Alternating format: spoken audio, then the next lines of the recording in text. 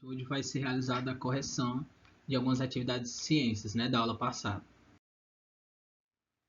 Primeiro, vamos corrigir a atividade 1. Na atividade 1 é a atividade a respeito do conteúdo do sistema nervoso. A respeito do sistema nervoso, marque V para verdadeiro e F para falso. O tecido que forma o sistema nervoso possui como célula principal o neurônio. Sim, é verdadeiro. É a principal célula que tem no sistema nervoso, é o neurônio. Os neurônios são responsáveis pelo recebimento e transmissão do impulso nervoso. Verdadeiro também, Ele tem como função essa questão de enviar e receber mensagens. O sistema nervoso é formado apenas pelo sistema nervoso central? Não, ele é formado também pelo sistema nervoso periférico, então é falso. E os neurônios comunicam-se através de sinapses? Sim, essa é a forma que os neurônios se comunicam. Então, verdadeiro, verdadeiro, falso e verdadeiro. Questão 2.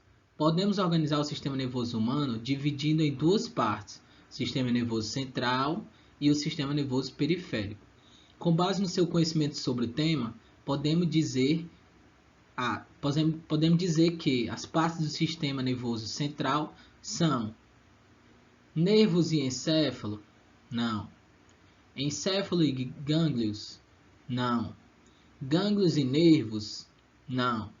Medula espinhal e encéfalo? Sim. Então, é o item D.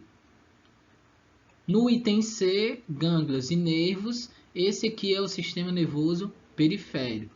Então, se ele perguntar sistema nervoso periférico, seria o item C. Próxima questão, questão 3. Qual dos seguintes comportamentos envolve maior número de órgãos do sistema nervoso? Aí nessa questão aqui era mais de interpretação, Você ia ver, ler e pensar qual dessas 4 alternativas aqui que você acha que exige mais do ser humano. Salivar ao sentir o aroma de uma comida gostosa? Levantar a perna quando o médico toca com o martelo no joelho do paciente? Piscar com a aproximação brusca de um objeto? Ou responder uma ficha com perguntas sobre você e sua família? Nessa questão, o item certo é o item D. Porque, ao responder uma ficha com perguntas sobre a nossa família, a gente está ativando nosso cérebro, tentando buscar memórias, entre outras coisas. Então, vai estar utilizando mais os órgãos lá do sistema nervoso. Agora a gente vai para a próxima atividade, que é a correção da atividade 2. Atividade 2 era sobre célula, teoria celular. 1. Sobre a teoria celular, analise e marque um X nas alternativas que apresentam a afirmação relacionada com essa teoria. Então era para marcar um X nas alternativas verdadeiras. Todos os seres vivos são formados por uma ou mais células? Sim, Desde os indivíduos mais simples aos mais complexos. Então tem indivíduos com uma célula e tem indivíduos com milhares de células. Todas as células são formadas por membrana, citoplasma e núcleo? Não. A maioria é sim composta por essas três componentes. Mas tem células que não têm o núcleo, Como, por exemplo, as células procariontes. As células são as unidades funcionais dos organismos vivos? Sim, porque ela é a unidade funcional, é a menor unidade que existe no ser vivo, e ela que compõe o ser vivo. Uma célula nunca pode originar-se de outra existente? Errado, Uma célula sempre vai se originar da outra. Questão 2. A biologia celular, também chamada de citologia, é a parte da biologia relacionada com o estudo das células, as estruturas fundamentais dos seres vivos. Ao analisar uma célula de qualquer ser vivo, é possível perceber 3 partes básicas. Quais são elas? Membrana plasmática, citoplasma e organelas. Membrana plasmática, citoplasma e material genético. Membrana plasmática, organelas e núcleo. Ou membrana plasmática, citoplasma e núcleo. Nessa questão aqui, o item certo é o item B. Todas as células têm membrana plasmática, que é a parte mais externa, citoplasma, que é a parte de dentro, e o material genético, que vai estar também na célula. A C não pode ser por quê? Porque tem núcleo, tem células que não tem núcleo. Assim como a D também, ó, núcleo.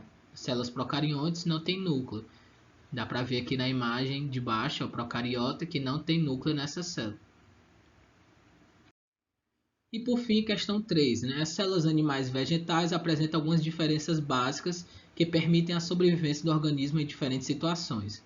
Os animais, por exemplo, ingerem alimentos que fornecem matéria orgânica para a célula, que não ocorre nas plantas.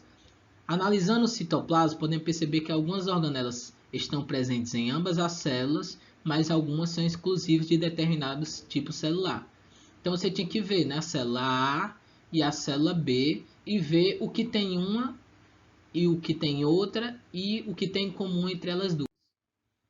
Aí a questão perguntava: entre as organelas presentes em células animais e vegetais, podemos citar os ribossomos, retículo endoplasmático, complexo golgiense, peroxissomos e mitocôndrias. Ou seja, nessas aqui tem tanto na célula vegetal quanto animal. Já as organelas típicas da célula animal são os lisossomos e os centríolos, ou seja, lisossomos e centríolos apenas na célula animal. Após a leitura detalhada dessa introdução e analisando comparando as duas imagens anteriores, né, indique qual a célula animal e qual a célula vegetal. Então aqui era muito fácil, ele dizia que na célula animal tem os lisossomos e centríolos, que tem só nessa célula. Então era só a gente olhar aqui, olhar naquela imagem anterior, que não dá para voltar aqui, qual é a célula que tem lisossomos e centríolos, que é, no caso, a célula A. Então, a célula animal é a célula A, enquanto a célula vegetal vai ser a célula B. E é isso, muito obrigado pela atenção.